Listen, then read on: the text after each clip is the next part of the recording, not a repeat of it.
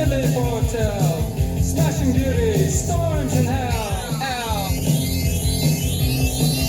It's a very technical world. Big brains and tight sweaters.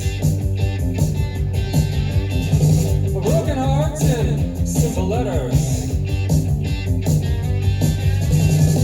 You are such a curious man until he got dollars in his hand. Every word soon redefined. A new standard, a new time. The world shakes, lovers hate. Population stands around a broken lake. A mammoth computer has begun to pump my brain cells with fun. Opportunity blows down the door. Good fortune, fame, and more. A huge load of cash arrives. Rockets in my heart alive.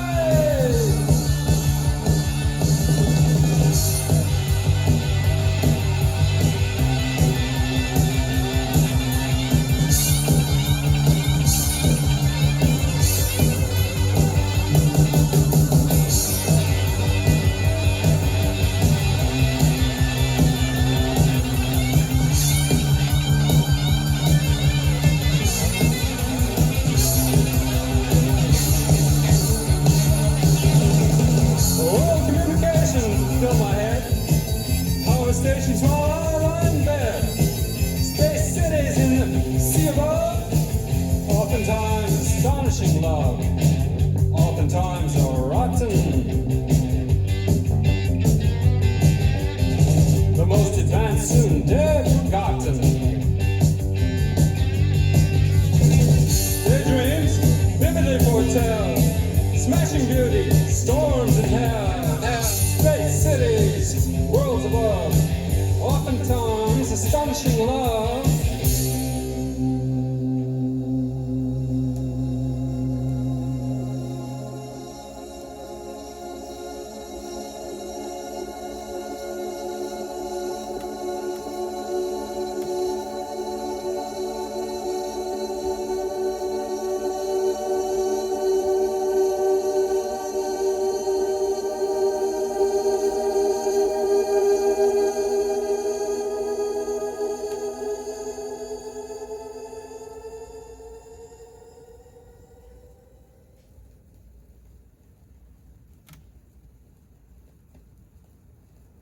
This is a message from Washington, D.C., but I'm sending it from London in occupied England, from under the shadow of the giant cockroach.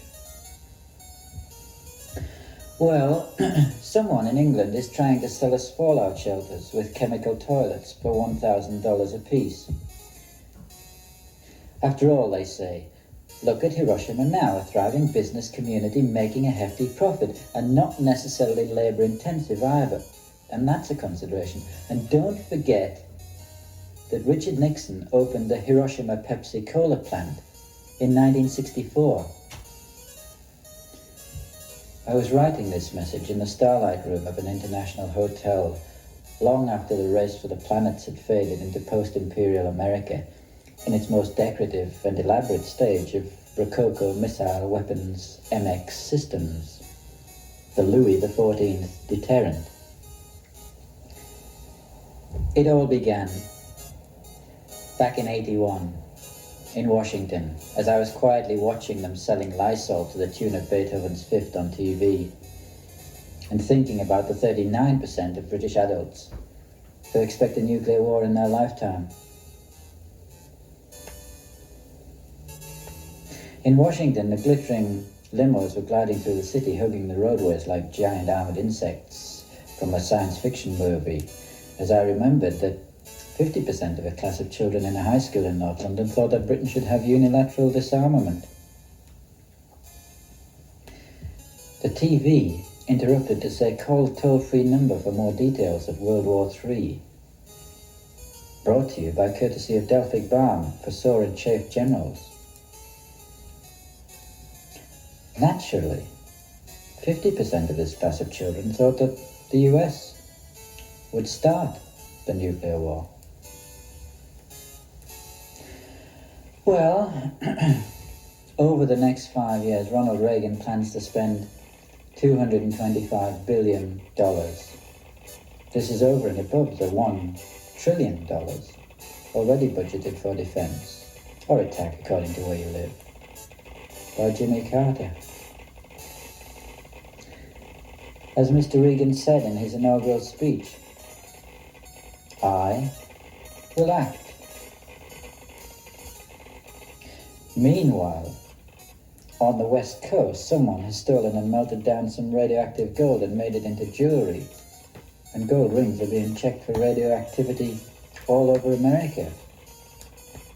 A new, acquirable commodity, which accumulates.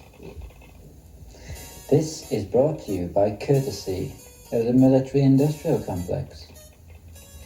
Our sponsors say that this is essential defense spending, and although $17 billion a year would provide adequate food, water, education, health, and housing for everyone in the world, this includes the third world. This would probably take out at least 2 weeks of the world's expenditure on arms in any 1 year. And this is clearly unreasonable, untenable, uncivilized, un-British, un-American, and unhuman. As I ate my breakfast, it was a Tallahassee eye-opener, I expect you know those, I realized, as I squeezed the ketchup bottle, that it didn't worry me too much that someone had just worked out that there wasn't enough cement in the world to build the US's proposed new weapons system. Purely defensive, of course. I ate my home fries and sunny side up, merely toying with the idea that the measuring unit of strontium-90 is called a sunshine unit, feeling slightly uneasy that the US has enough nuclear weapons to kill the Russians 40 times over, whilst the Russians can only kill the Americans 20 times over. I climbed into the Suede transit bus to the airport, a little perturbed that 2% of the world's stockpile of nuclear weapons would be adequate to destroy Britain entirely. Well, from Britain, your giant aircraft carrier, moored just off mainland Europe, where the First World War was fought and the Second World War was fought. And there's a retired general saying on the TV that he doesn't think that America would mind fighting the Third World War in Europe if you dummies will let us. Good night. I think the dream has turned into a nightmare.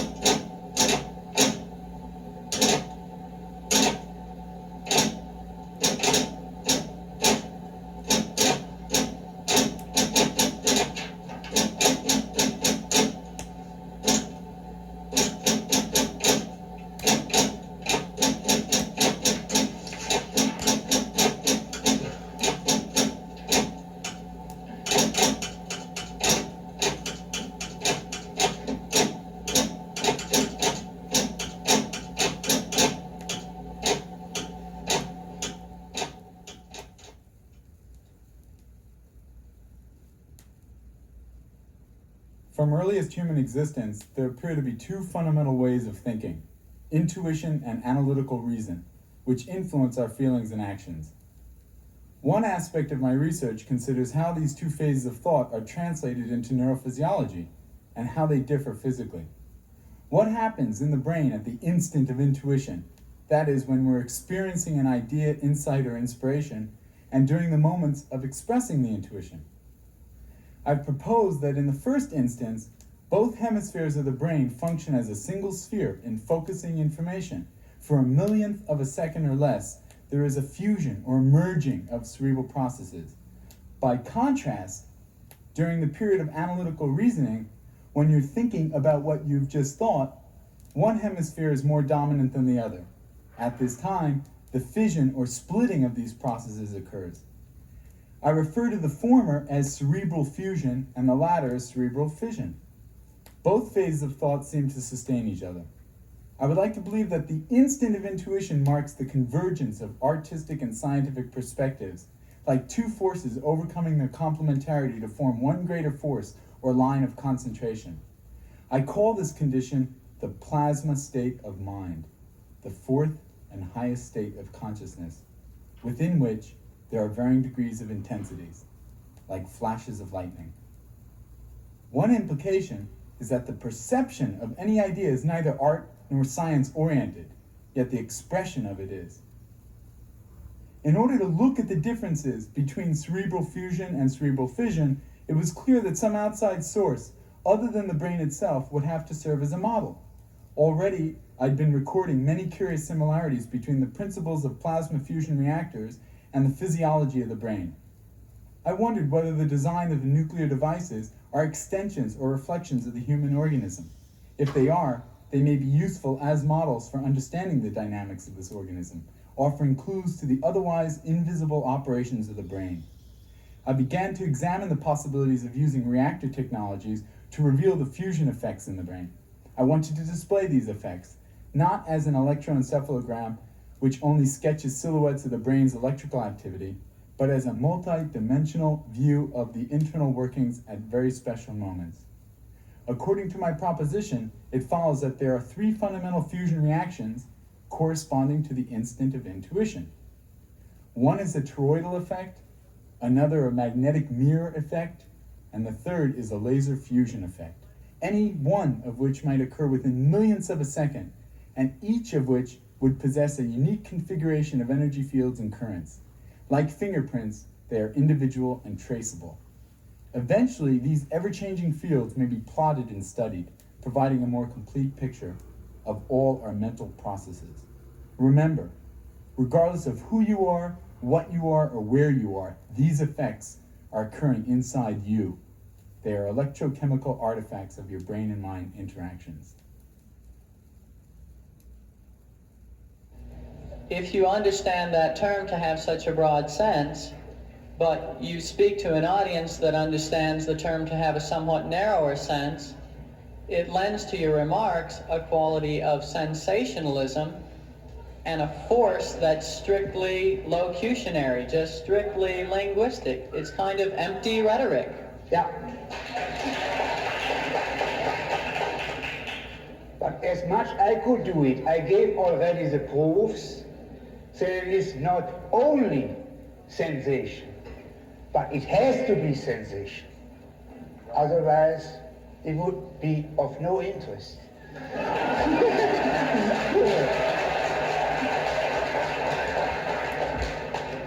It has to be sensationally. So it has also to be dramatically, because it is a drama. So it is a new way to play the Hamlet on stage. You know, in the street you can see people, they play the Hamlet better than me. Yeah. And that is the whole sense of the thing. So it stays in a very energy in the middle of the understanding of art, and covers also demands of people who are interested in highly developed character of painting and highly developed ideas of architecture and sculpture. It covers it. But it covers it not even, it is the premise to come to quality in painting. So I say only simple.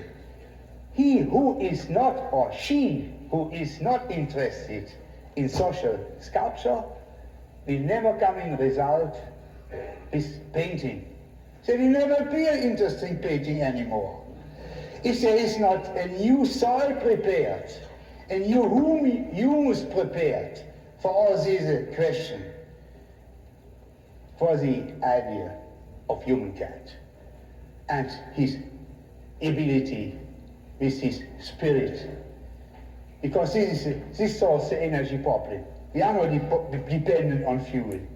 We can also survive with a glass of water. Because we have the willpower, the feeling power, and the power of thought. The power of imagination, transformation, inspiration, intuition.